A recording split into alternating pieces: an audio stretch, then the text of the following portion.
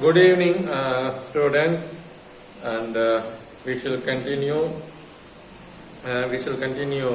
Literary forms, unit for drama, and topic is going to be the farce.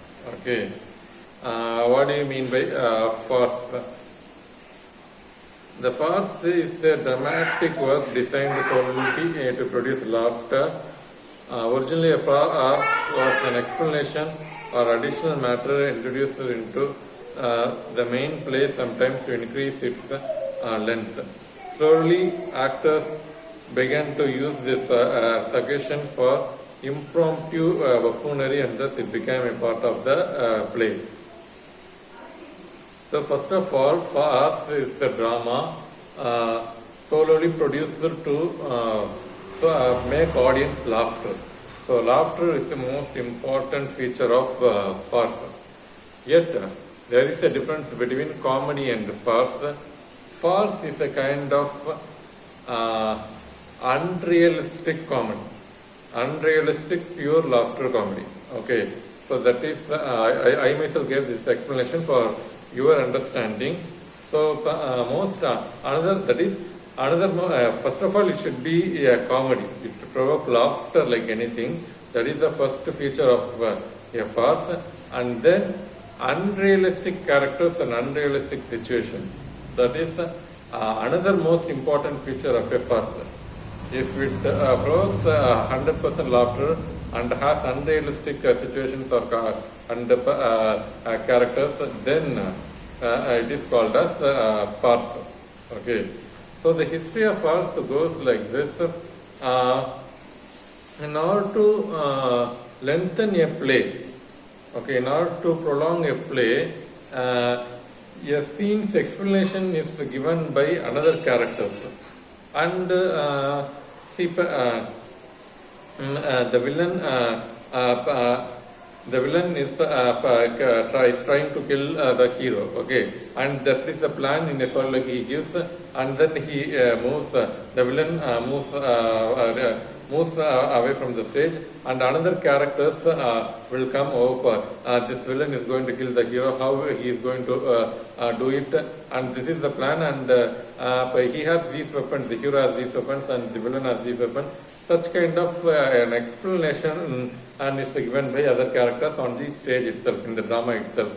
But later on, that scene became a buffoonery scene, a kind of comedy scene, and then slowly the total play has become developed a genre called genre of drama called farce. Okay, so that is the history. That is not to lengthen a play.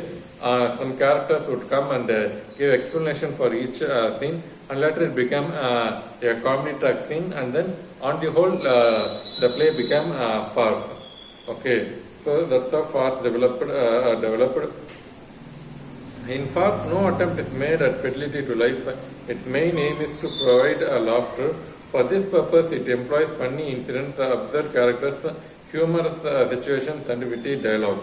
Farce doesn't aim at realistic representation of things, but provide caricature. The plot in a farce usually appears nonsensical characters, indulge in deception, impersonation, and irrationalities. This is the most important feature. Farce doesn't attempt to present realities in life. Okay, it is not faithful at life. Okay, such kind of things never happen in anyone's life, in human life.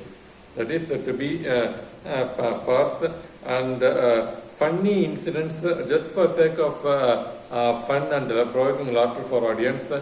They would imagine a situation and incidents, and that can never happen in anyone's life.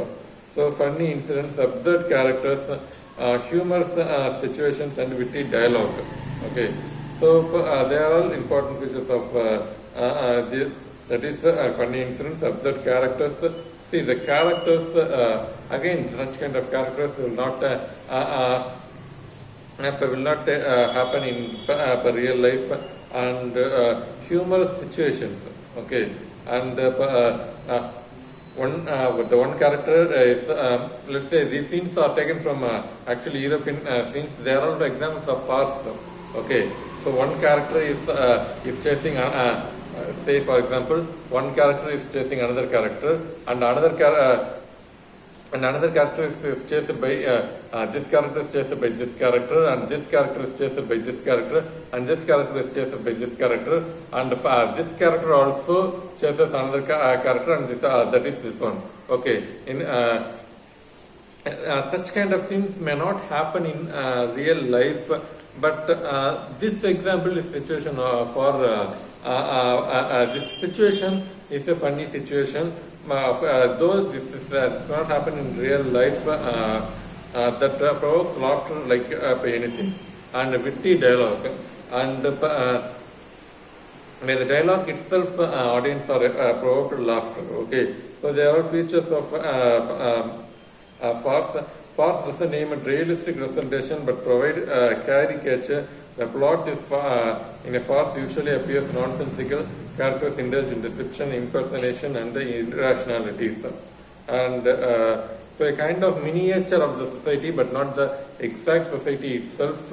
Somewhat a small reflection of society is given, but that can never happen in human life.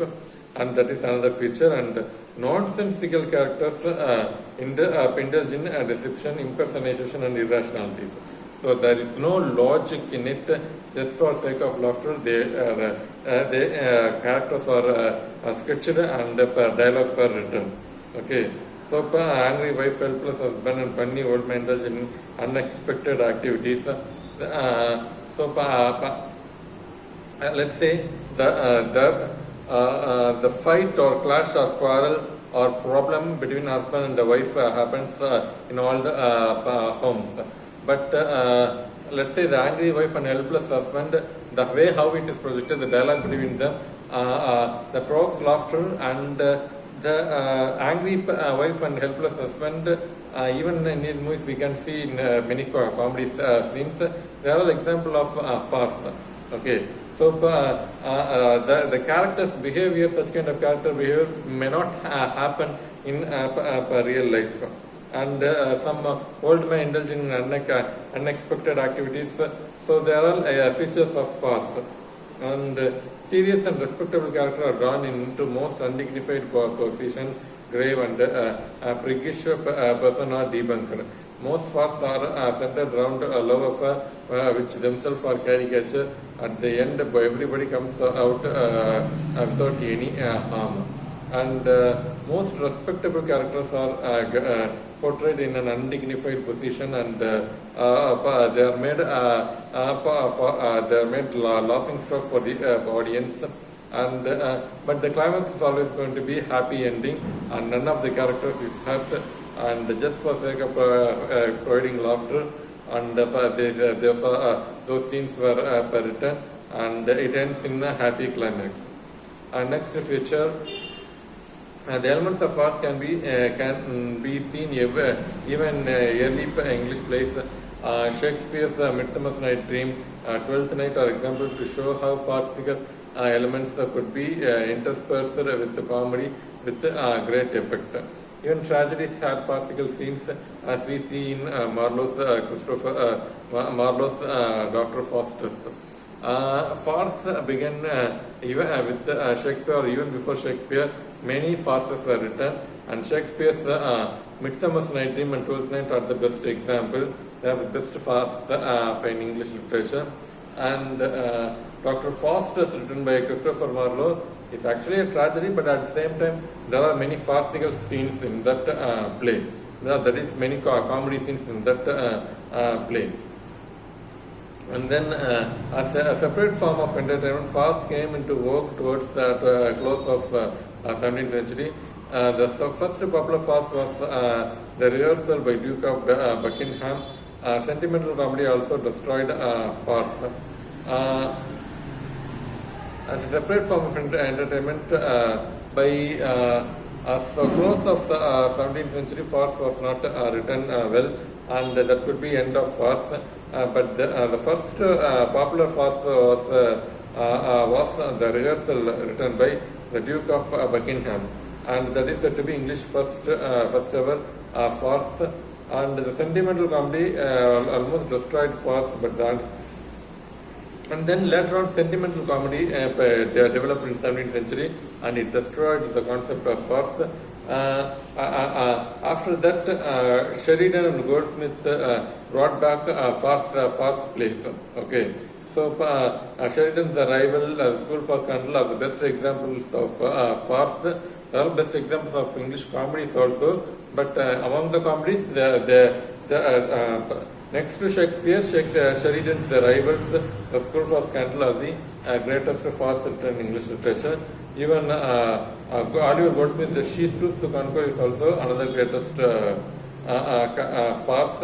In Victorian period, farce attained a sort of respectability. Farce such as The Private Secretary and The Charles and were derived sometimes. Even Victorian age also some farce were written. They are the Private Secretary and Charlie Sand. In modern times, farce is an accepted form of dramatic entertainment. Most of the plays of Oscar Wilde and Bernard Shaw have farcical situation and dialogue. The farce requires unusual inventiveness, craftsmanship, and sense of humor on the part of the writer. Okay. So in modern times also farce were written, but in place of Oscar Wilde and Bernard Shaw, there are many farcical situations, but on the whole, the play itself is not farce. Okay, and to write a good farce, it requires a unique, unusual inventiveness, craftsmanship, and sense of humor on the part of writer. So a writer decides whether this play is a farce or not. By writers' wordings only, the farce is determined. And then last paragraph, most modern comic one-act plays tend to be farces. The purpose of such plays is only to give a brief entertainment without malice and laughter, without vulgarity. Modern one-act plays like The Dear Departed are essentially farces designed to produce laughter. Even modern times, one-act plays. Let me, there is another topic called one-act play, which I will discuss maybe after 2 days or day after tomorrow. So most of the one-act plays are farces, and their main aim is to give audience entertainment, and without any vulgarity they do it. And the best one-act play farce is The Dear Departed, and such plays the main aim is to provide laughter for the audience. Okay, that's it. Thank you.